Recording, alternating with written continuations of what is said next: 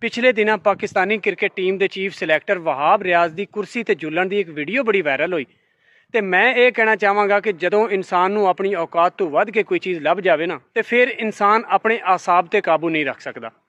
ਜਿਵੇਂ ਇੱਕ ਲੜਕੀ ਦੀ ਨਾ 5 ਕਰੋੜ ਦੀ ਲਾਟਰੀ ਨਿਕਲ ਗਈ ਤੇ ਉਹ ਲਾਟਰੀ ਕੰਪਨੀ ਵਾਲੇ ਨੇ ਸੋਚਿਆ ਕਿ ਉਸ ਲੜਕੀ ਨੂੰ ਦਸੀਏ ਕਿ ਤੇਰੀ 5 ਕਰੋੜ ਦੀ ਲਾਟਰੀ ਨਿਕਲੀ ਆ ਤੇ ਇਹ ਨਾ ਹੋਵੇ ਉਹ ਖੁਸ਼ੀ ਨਾਲ ਹੀ ਮਰ ਜਾਏ।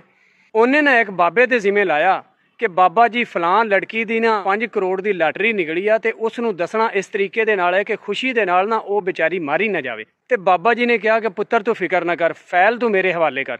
ਬਾਬੇ ਨੇ ਜਾ ਕੇ ਉਸ ਲੜਕੀ ਨੂੰ ਕਿਹਾ ਕਿ ਤੇਰੀ ਜੇ 5 ਕਰੋੜ ਦੀ ਲਾਟਰੀ ਨਿਕਲ ਜਾਏ ਤੇ ਤੂੰ ਕੀ ਕਰੇਂਗੀ? ਤੇ ਉਹ ਲੜਕੀ ਨੇ ਕਿਹਾ ਕਿ ਹਾਂ ਹਾਏ ਅੱਲਾ ਜੀ, ਮੇਰੀ ਜੇ 5 ਕਰੋੜ ਦੀ ਲਾਟਰੀ ਨਿਕਲ ਆਏ ਨਾ ਤੇ ਮੈਂ ਬਾਬਾ ਜੀ ਤੁਹਾਡੇ ਨਾਲ ਸ਼ਾਦੀ ਕਰ ਲਾਂਗੀ। ਫਿਰ ਮੇਰੇ ਵੱਲ ਵੇਖਦੇ ਕੀ ਹੋ, ਖੁਸ਼ੀ ਨਾਲ ਬਾਬਾ ਮਰ ਗਿਆ।